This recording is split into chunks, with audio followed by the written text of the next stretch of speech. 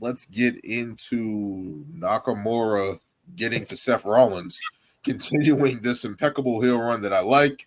Shinsuke Nakamura, basically before his match with Ricochet for attacking him last week, Seth Rollins tried to get his hands on him, which was highly entertaining. A brawl broke out, kind of, sort of, and Nakamura kind of taunting him, telling him to come on, making fun of him, all this other stuff, and Seth being brought to the back, which led to Nakamura and Ricochet having a great match. I thought that match was awesome, going back and forth, really showing Nakamura's range there as he's getting into his heel run here. And then Seth Rollins came back and they got into a little bit of brawl. They got split up again. But what do you guys make of Nakamura's recent mind games again? Great heel work. Yeah, I mean, yeah, that's the best. That's the best way you can describe it. I mean, yeah, he's been on fire in this new character. Combination of great booking and great execution. I mean, now you really believe he really is a cowardly shitty heel. I mean, yeah. I mean, to hide behind the security initially when Seth Rollins tried to come out and take Ricochet out in the manner that he did. I mean, he's so good that you guys remember the promo that Seth Rollins had cut after the fact, saying that like, you know, he wants to face, that he'll face Nakamura on his terms, on his time, that he doesn't care anymore. He just wants to face Nakamura. I kind of got heel Seth Rollins vibes when he cut that promo, as if to say like this guy has pushed me to a corner where I gotta dig deep down and go back to being somebody that I don't necessarily want to be anymore. Somebody that I was in 2020 during the pandemic when I took Rey Mysterio's eyeball out of his eye. that kind of he grew back. Yeah, exactly. Grew back. Yeah, I gotta be that heel. I have to have that attitude because he's pushed me that far, and it's a great combination of work by Nakamura and Seth Rollins. The fact that we have this emotion now in the feud. I mean, because I remember weeks ago where we were just hoping and praying that this would go past one PLE, and now we're heading into the second one, it being Fastlane.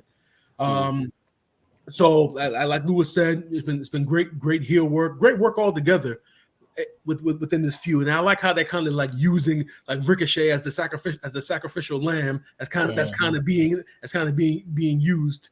It's probably one of the biggest spots Ricochet's been in a long time. So from that standpoint,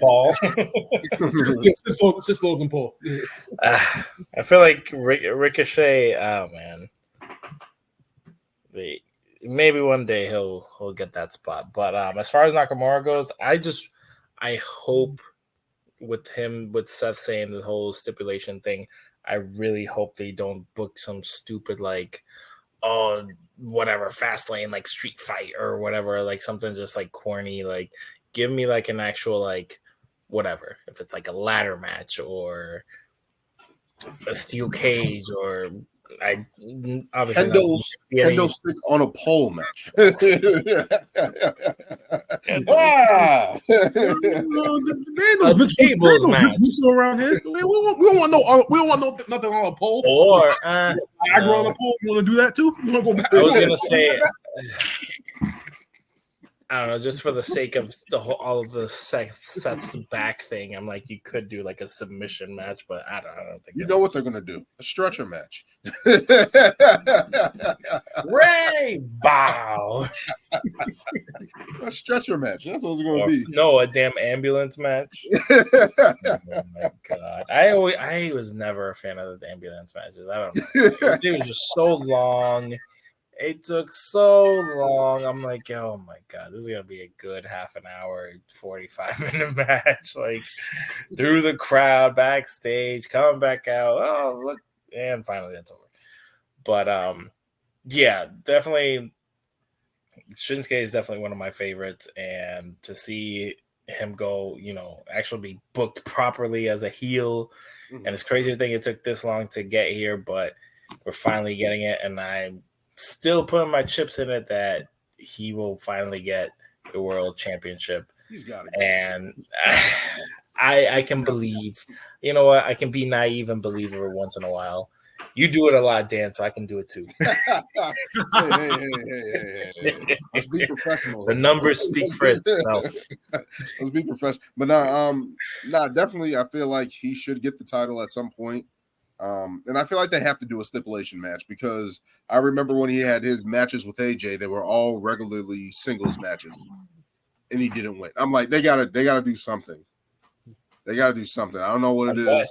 And what if, sorry not to cut you off, what if Nakamura wins and then you could have Cody go after Nakamura, but not win, but that could just be a babyface heel feud for a little bit there to keep Cody busy. I've said this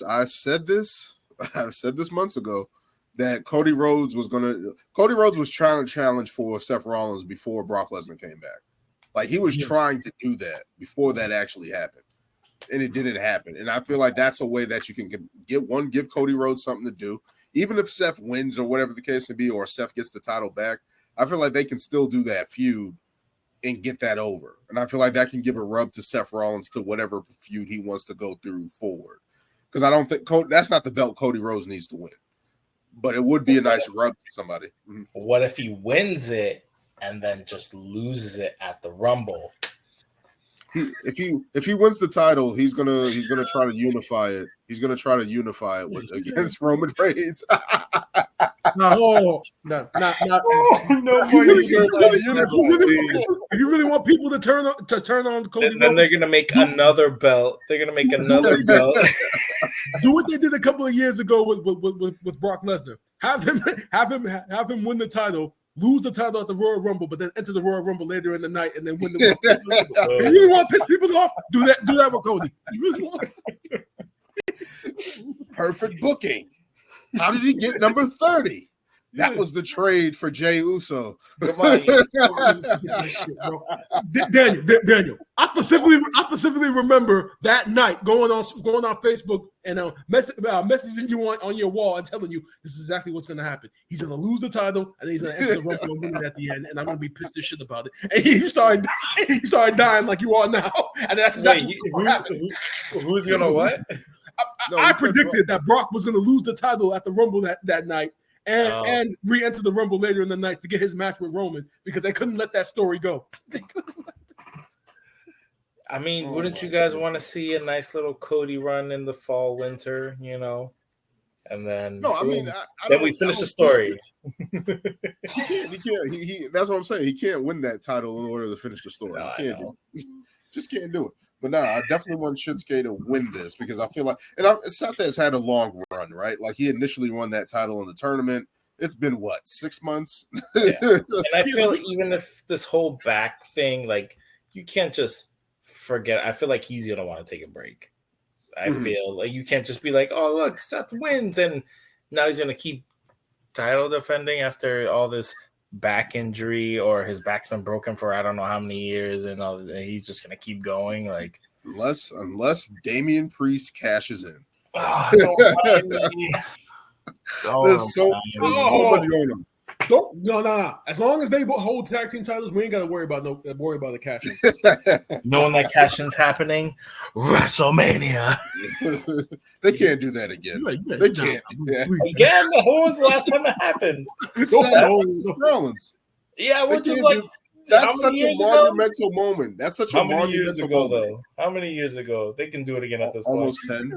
Almost 10. So now, are you suggesting, for instance, are you suggesting that they do that to like main event night 1 and then night 2 can be Cody? It can be Cody and Roman if we get there. Yeah, I'm fine with that. Yeah.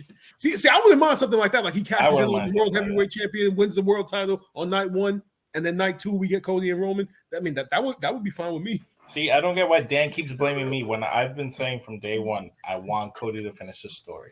I just don't want him to win the Rumble. That's it. That's my only stipulation. It's just started with that negativity. It just started with that at this point, it's not logical. You literally have people getting traded. You saying it's not logical brought The Rock back. That's all I'm saying. That's all I'm saying. Hinted at nothing. Hinted at nothing. WWE saw this podcast and was like, "Oh, he doesn't like it. We got to change."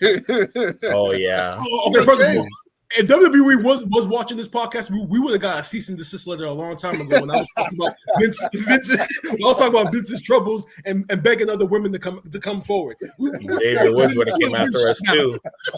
Xavier Woods would have came after us too. Exactly. Yeah, we said a lot of stuff. We'd have been strictly AEW pod wrestling podcast. Oh god, an impact. An impact. We gotta start covering AAA. And New Japan. The New Japan, go across the border to Mexico and New Japan and all these other wrestling promotions. MLW, GCW. San Juan, Puerto Rico.